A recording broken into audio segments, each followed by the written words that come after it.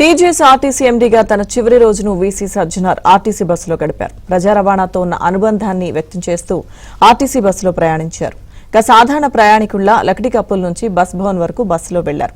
Conductor వద్ద ticket తీసుకుని ప్రయాణికులతో సరదాగా ముచ్చటించారు.